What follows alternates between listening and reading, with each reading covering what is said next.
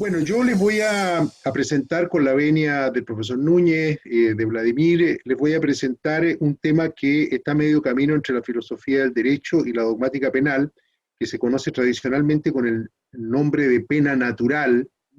eh, que no es en verdad, pese a que hoy día suscita mucho interés, o por lo menos cierto interés, digamos, en la doctrina penal europea e hispanoamericana, no representa un aporte verdaderamente inédito a la reforma penal de nuestro tiempo. En efecto, el pensamiento jurídico del siglo XVIII, los padres del derecho penal contemporáneo, ya se habían ocupado del asunto, aunque llegaron a conclusiones diferentes de la tradición filosófica sobre este particular. Eh, Contrariamente a una suposición muy difundida entre los criminalistas actuales, la filosofía general fue de antiguo refractaria a considerar como pena judicial, como pena propiamente dicha, los menoscabos personales del delincuente resultantes de su propio obrar criminoso, y en consecuencia tampoco la filosofía se planteó siquiera la posibilidad de descontar esos menoscabos en la intensidad o la extensión de la sanción impuesta por el juez. Para ponerlo con un ejemplo simple, voy a poner una bomba en un atentado y resulta que la bomba explota en mis manos y pierdo una mano, ¿no es cierto? Y quedé yo dañado, ¿no? Como hechor de ese acto de estragos o de terrorismo, en fin. El pensamiento estoico, el pensamiento presocrático, en verdad no consideró esto como parte de las sanciones jurídicas en modo alguno. El mismo pensamiento de que en el fondo el orden del cosmos se ajusta a sí mismo, ¿cierto? También en estos casos está en una repetida frase de San Agustín en sus confesiones, cuando San Agustín dice que el ánimo desordenado es su propio castigo, una ley impuesta por Dios, no por los hombres, ¿no? Y luego reproducida esta idea de San Agustín en muchos refranes populares como el españolísimo, Dios castiga pero sin piedras ni palos, ¿no es cierto? O el germánico de que la naturaleza se venga por sí sola. En la escolástica medieval este pensamiento se afina todavía más con Santo Tomás de Aquino. Para Tomás de Aquino, el pecado del hombre, aún castigado por el remordimiento de la conciencia y el orden universal del régimen divino, deja subsistente lo que él llama el reato a la pena, o sea, la obligación de sufrir un castigo por haber pervertido el ordenamiento humano.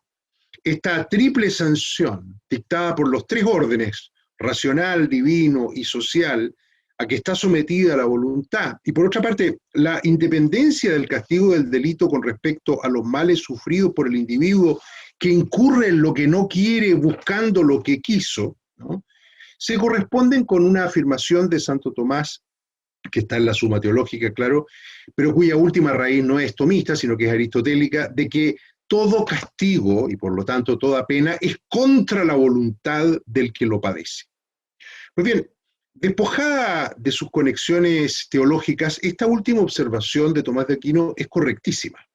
Es más, durante la Edad Moderna daría uno de los elementos de la definición filosófica de la pena jurídica, un elemento parcialmente adelantado por Alfonso de Castro en España hacia 1550, con la característica de ser la pena una sanción inflicta, o sea, impuesta por poder legítimo, poder que en el Leviatán de Hobbes, un siglo después, se reduce a la autoridad pública, y un pensamiento que se redondea,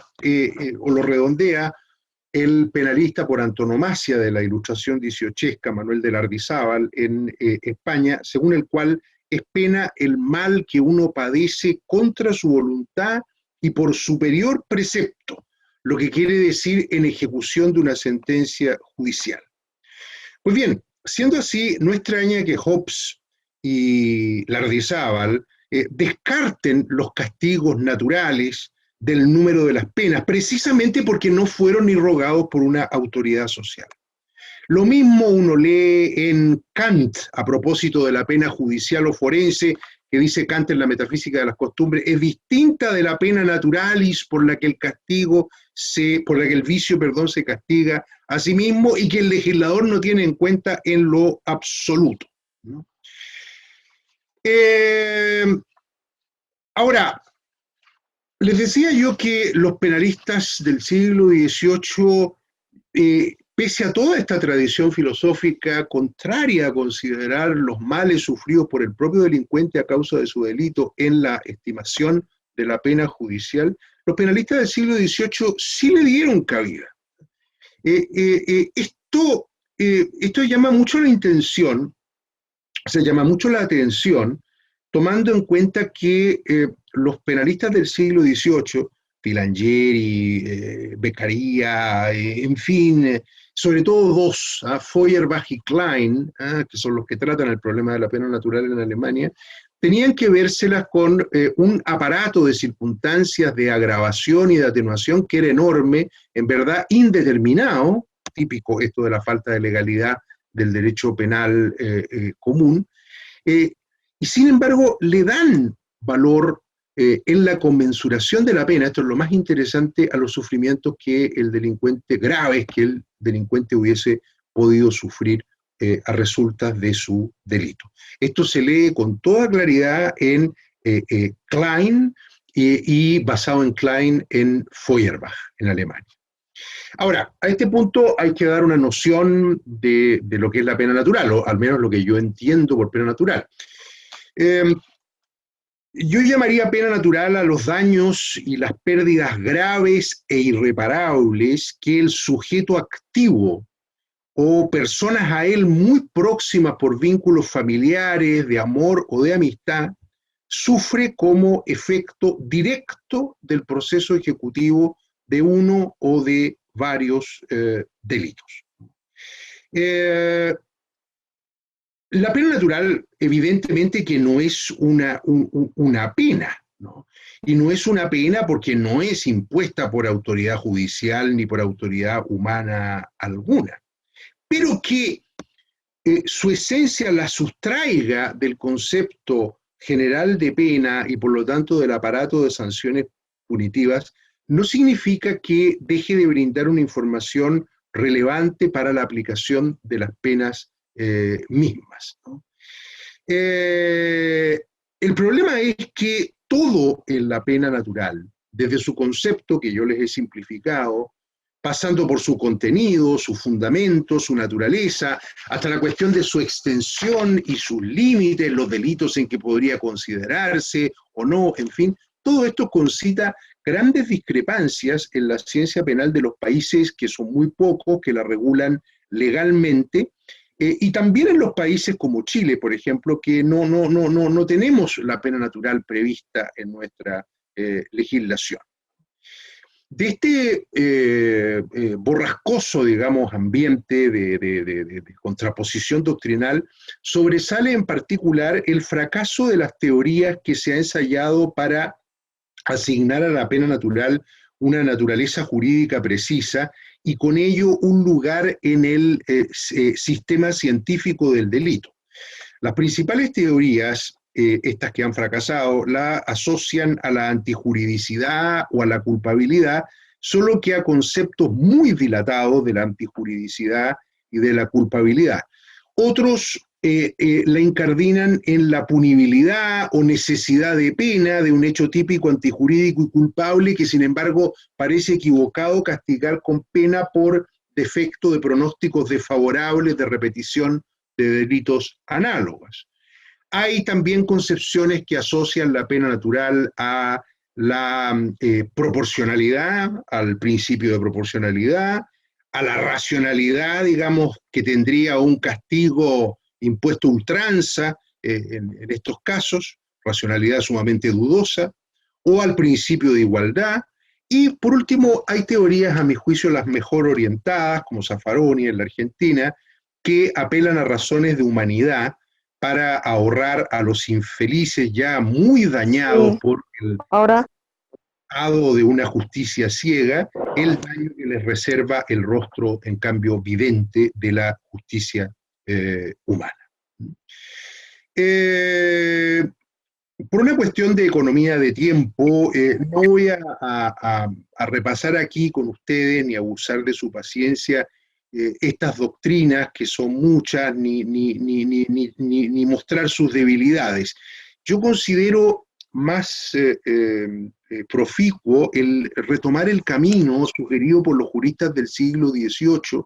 y situar la pena natural en el sistema de los factores de conmensuración de la penalidad. Este emplazamiento, o sea,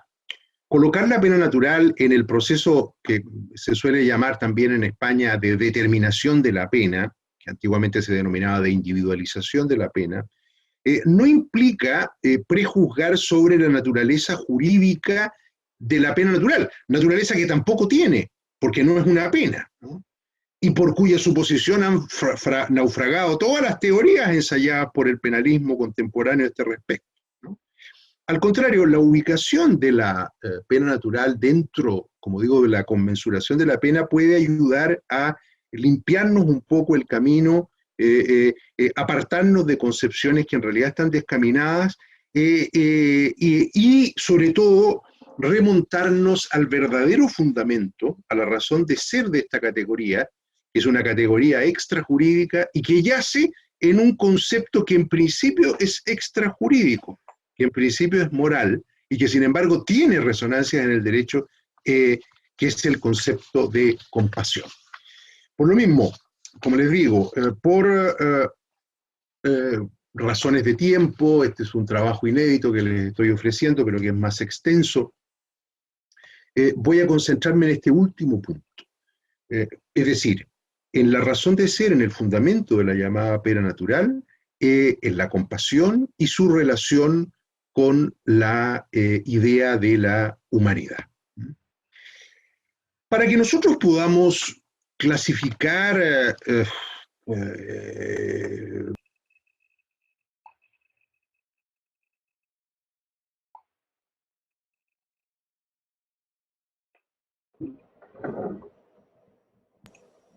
¿me están escuchando ahora? Sí, sí, sí, le escuchamos, doctor. Ya, correcto. Les decía que para poder clasificar la pena natural como un factor de conmensuración o determinación de la pena, como sucede en Alemania o en Austria, donde está prevista así explícitamente, o por lo menos postular la pena natural del eje ferenda, ¿no es cierto?, en la reforma de nuestros códigos penales o procesal penales, como hacen algunos países hispanoamericanos que la regulan a propósito del principio de oportunidad, hay que resolver primero un problema mayúsculo que está enquistado en la base o en el último puntal de la pena natural, que es la compasión. ¿Por qué? Porque si el derecho penal contemporáneo se precia de ser diferente de la moral, diferencia trazada precisamente por el iluminismo, por el pensamiento penal del iluminismo en el siglo XVIII, entonces, ¿cómo pudiera un concepto, el de compasión, desprendido de la doctrina de las virtudes, doctrina que no es sino uno de los grandes modelos teóricos de la ética, y para colmo el más antiguo y el más definido, porque viene, en fin, del periodo clásico de la filosofía griega, ¿cómo se podría entonces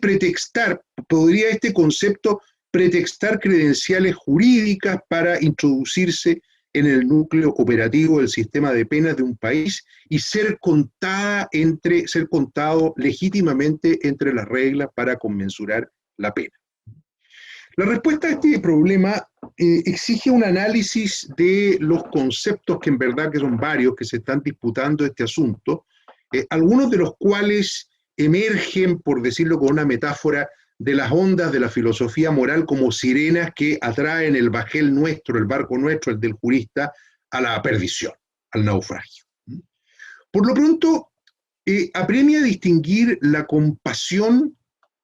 de una exigencia moral en que enraiza la circunstancia de que la filosofía, como les decía al principio, haya marginado sistemática y deliberadamente la pena natural de toda estimación jurídico-penal. De hecho, indicio de la confusión es que esta exigencia a la que ahora me refiero, cuyo nombre es piedad, la piedad, que no es la compasión, corriese la aventura de los siglos bajo el pabellón usurpado precisamente a la compasión. Como en tantas otras imprecisiones de la filosofía práctica que se arrastraron a lo largo de los siglos hasta que la mentalidad contemporánea puso manos en el asunto, la tónica en esto la dio Aristóteles. O sea, el error, la confusión se remonta a Aristóteles, a la retórica en particular de Aristóteles. Aristóteles define en la retórica la compasión como un pesar por la aparición de cierto mal destructivo y penoso en quien no lo merece, que también cabría esperar que lo padeciera uno mismo o alguno de nuestros allegados, y ello además cuando se encuentra próximo. Sin embargo, el análisis de los conceptos filosóficos revela que Aristóteles había definido así la piedad, no la compasión.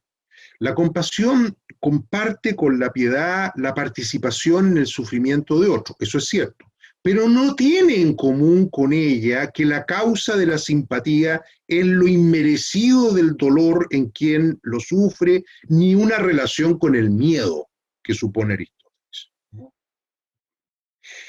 La reserva del mal inmerecido que está en Aristóteles es tan solo el límite que pone la justicia a la piedad, porque es sabido que para Aristóteles nadie se hace una injusticia a sí mismo. Lo injusto para el estagerita es siempre obra de la voluntad.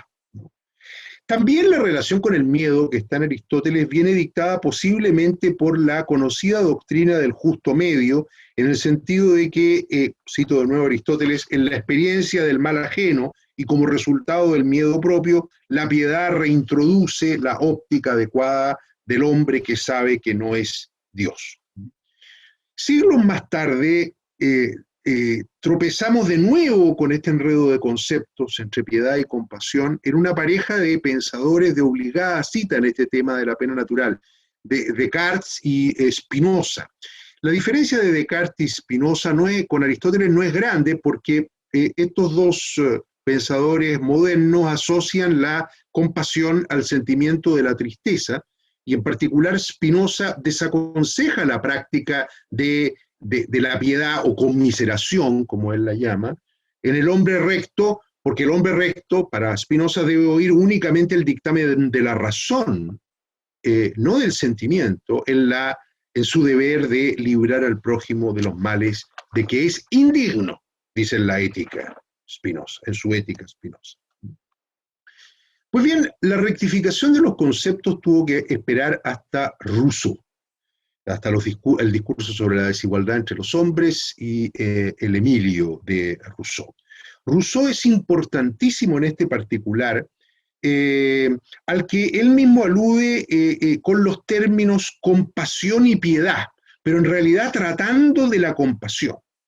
Ante todo, él libera la compasión de su unión tradicional con el sufrimiento inmerecido y con los afectos asténicos, ¿no? Como el miedo.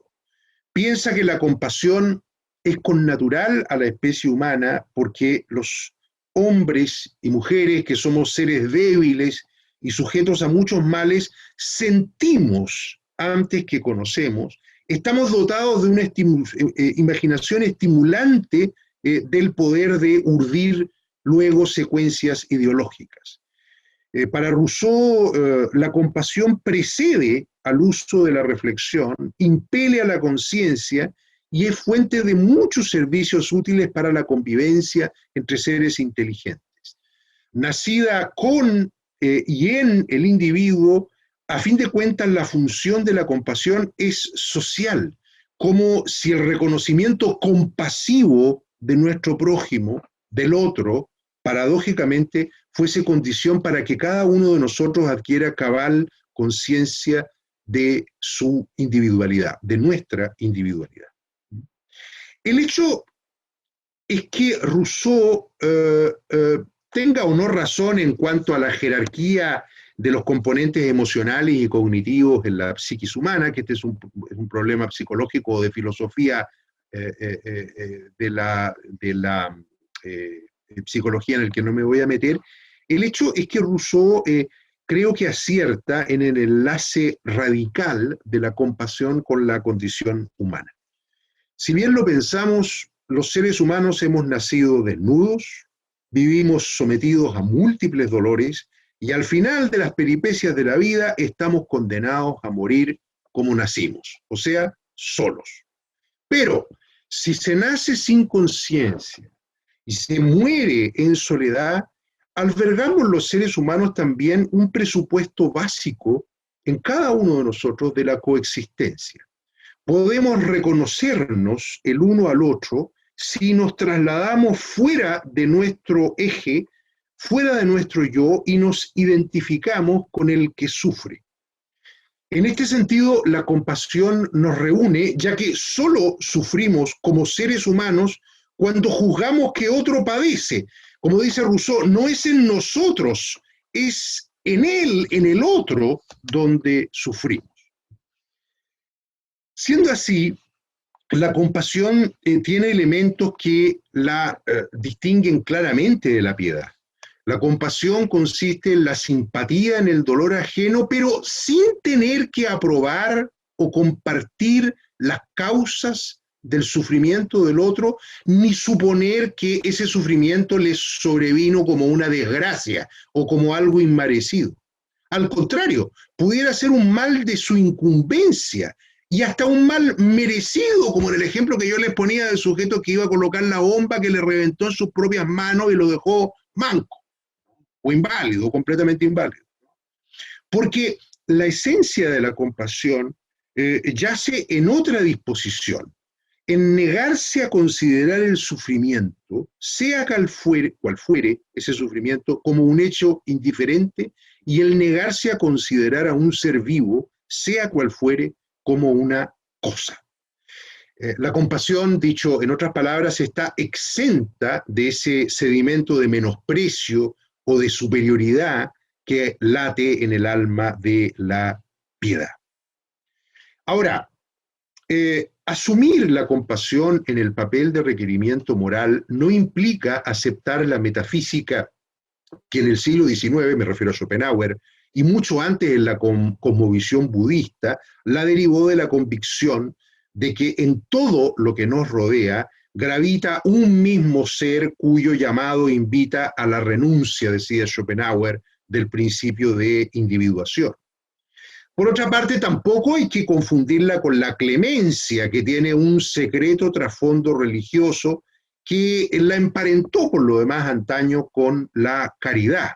Séneca, en su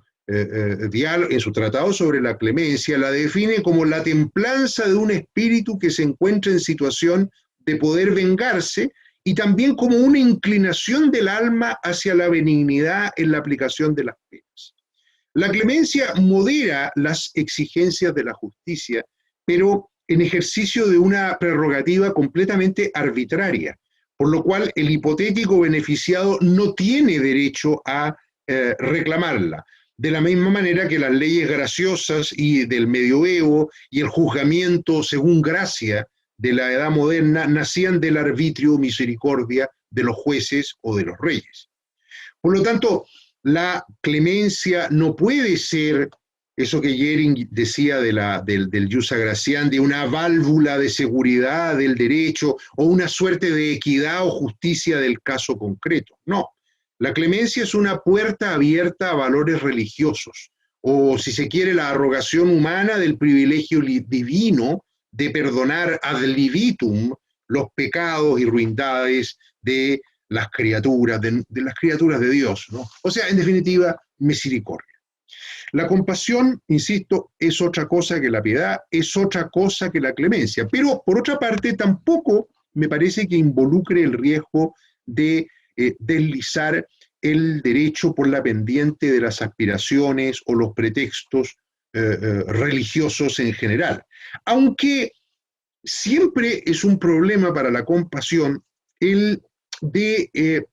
llevar a la confusión entre derecho y ética. Para aclarar este punto, con el que ya me voy acercando hacia el final de mi exposición, habría que decir lo siguiente: la compasión ha de aproximar el derecho a la ética, pero solo en lo que de la ética necesita su concepto como ordenamiento regulador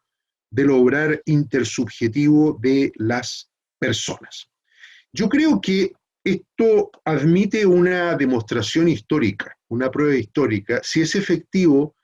y parece que sí es efectivo, que cada avance de importancia en la humanización de las relaciones jurídicas, como la abolición de la pena de muerte, la prohibición de la tortura, la todavía incipiente prohibición de los castigos perpetuos, ¿no?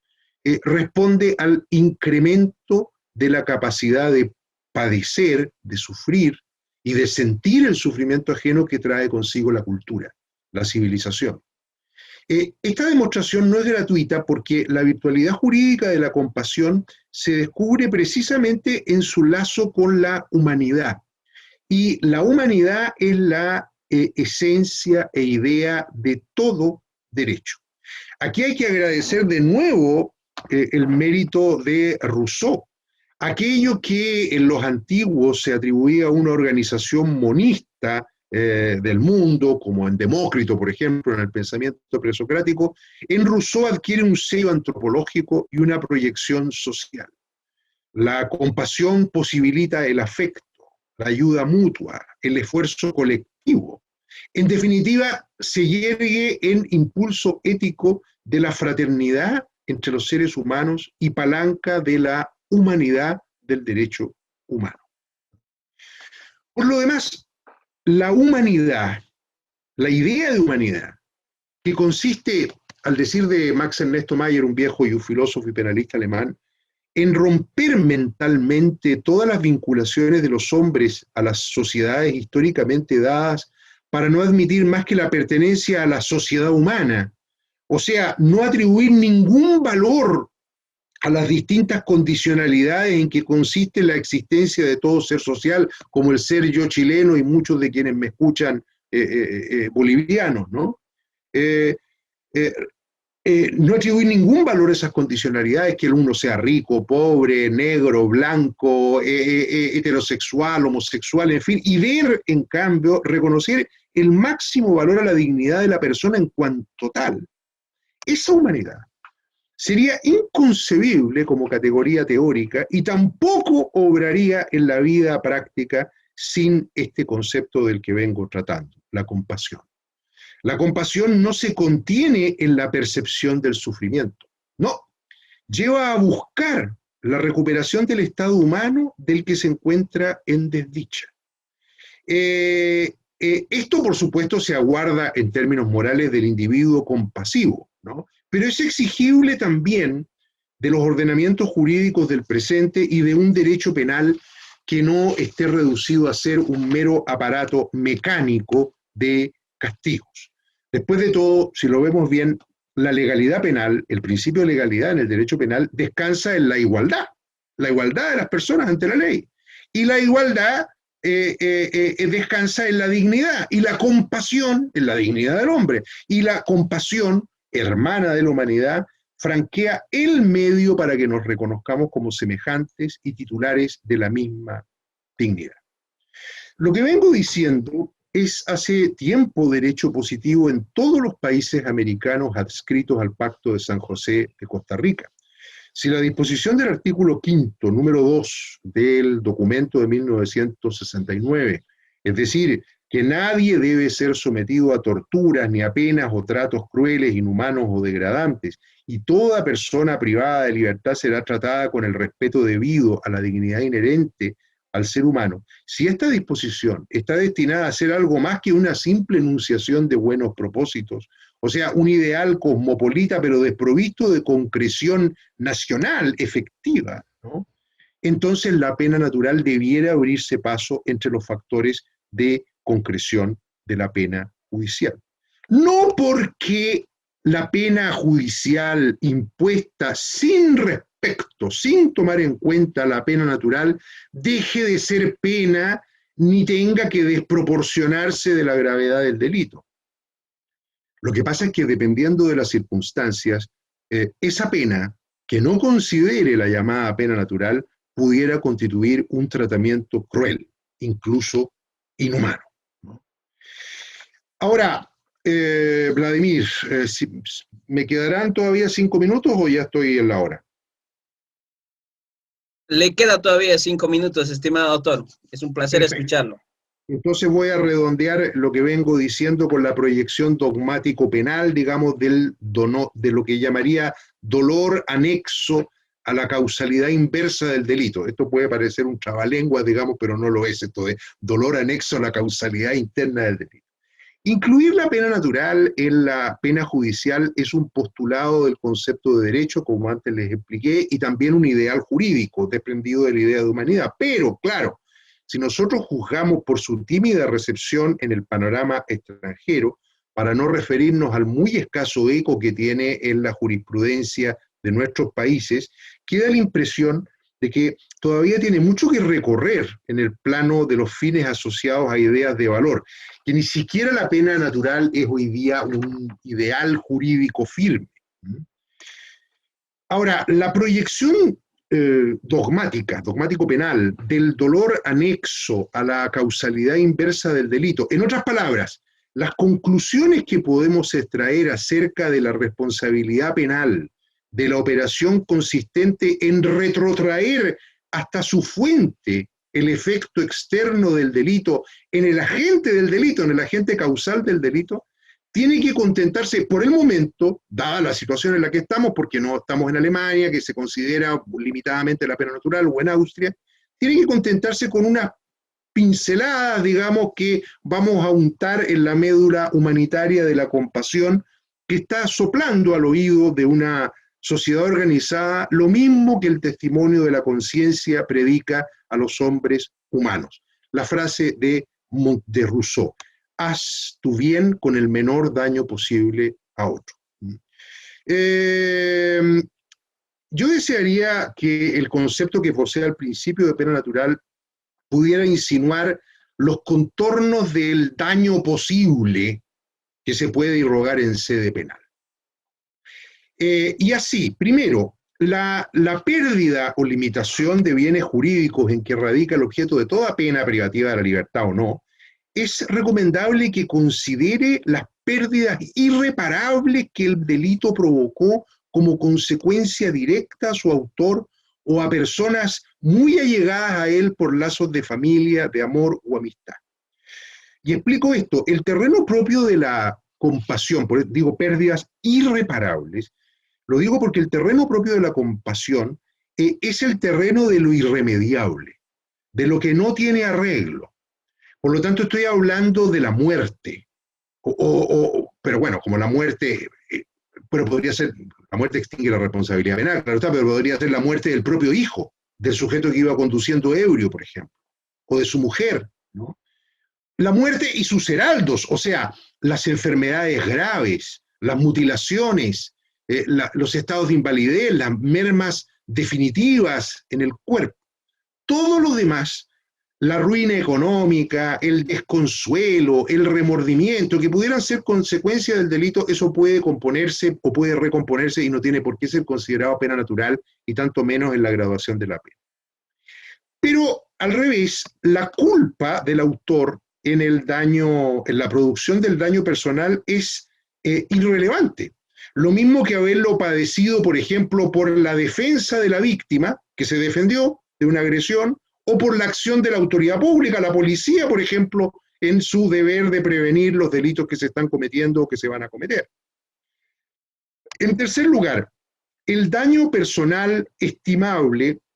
incluye a las personas del círculo inmediato del malhechor,